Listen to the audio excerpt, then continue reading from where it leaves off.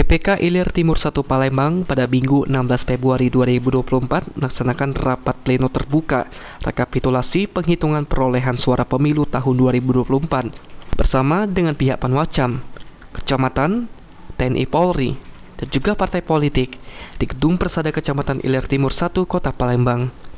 Ketua PPK Ilir Timur 1 Palembang Alfian mengatakan pleno rekapitulasi penghitungan perolehan suara ini dilakukan serentak sekota Palembang. Rekapitulasi penghitungan akan dilakukan terlebih dahulu untuk surat suara calon presiden dan calon wakil presiden sesuai koordinasi dengan saksi. Rekapitulasi dimulai pada pukul 13 waktu Indonesia bagian Barat, meski batas waktu rekapitulasi dari Komisi Pemilihan Umum yakni hingga 2 Maret.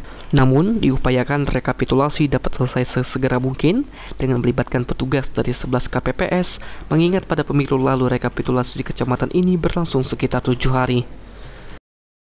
Kalau batas waktu dari ini KPU itu tanggal 2 Maret di sini. Sedangkan kami juga akan menyelesaikannya secepat mungkin pelaksanaan perhitungan ini sendiri. Estimasinya berapa lama? Kalau yang sudah-sudah itu kita mau makan waktu 7 hari 1 minggu. Ini ada berapa PPS Pak di kecamatan ini? Kita ada 11 PPS terdiri dari 33 orang PPS.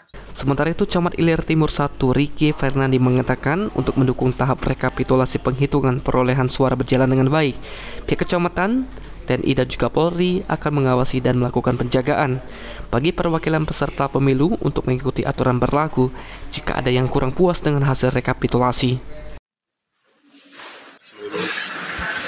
Dari saksi-saksi partai dan juga saksi calon presiden dan wakil presiden untuk mengikuti kegiatan ini dengan tertib, aman, damai, sesuai dengan aturan yang berlaku. Kalaupun nanti ada yang tidak puas, bisa disampaikan melalui jalur hukum atau jalur yang sesuai dengan aturan yang berlaku. Jangan sampai jadi yang kita harap tidak terjadi yang anarkis di sini. Kita harapkan di Ilir Timur 1 zero konflik. Sandi Pratama, PAL TV.